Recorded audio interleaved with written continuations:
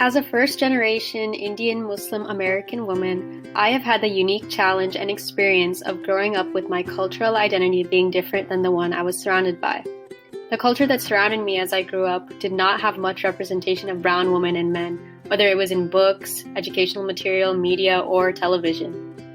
The few areas where I saw people who looked like me in the media were stereotypical versions of Indians and Muslims that just did not make sense to me.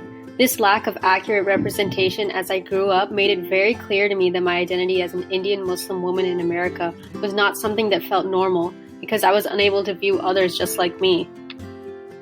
The kinds of representation that were presented in television shows and in movies did not make sense to me because they always portrayed the Indian character as either working in IT, being an engineer, someone who ate curry, or owned a gas station. Need I go further?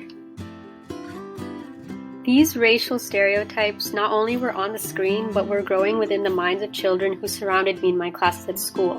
The struggle of not having proper representation of cultures and identities can further establish the growth of racist and discriminatory actions, whether people are conscious of them or not. I have dealt with my fair share of name-calling and stereotypical comments about my culture, but there is a lot more that can be done to combat this, especially within the younger generation of students.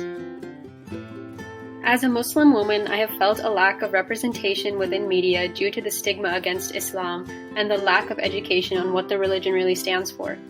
In the recent media portrayals, there have been some efforts to try and be more diverse in casting, but the plots for the characters of color usually revolve around the white characters. For example, many shows that include Muslim women revolve around how they are oppressed by their religion and look to a white male to save them. This inaccurate representation further fuels biases against the religion and the people who follow it. By changing how we approach our media representation, these inaccurate views can transform into understanding and educated ones instead. When we watch movies, we hope to see people like us on the screen because it helps us relate and it's a natural effect. Here's a quote from a New York Times article. But representation is about demanding more. More leading Asian American actors, more films in which we are allowed the everyday banalities of our existence, the anxieties, the boredom, the simple gestures of affection. It's about showing that you are like us, not the other way around, not adjacent, not other. Representation is about showing others that we are all the same and that having people of color on screen or in books will normalize that we are all a part of the same human race. Perpetuating stereotypes through different characters can be avoided by having books and shows that highlight other cultures and values in a positive and educational manner.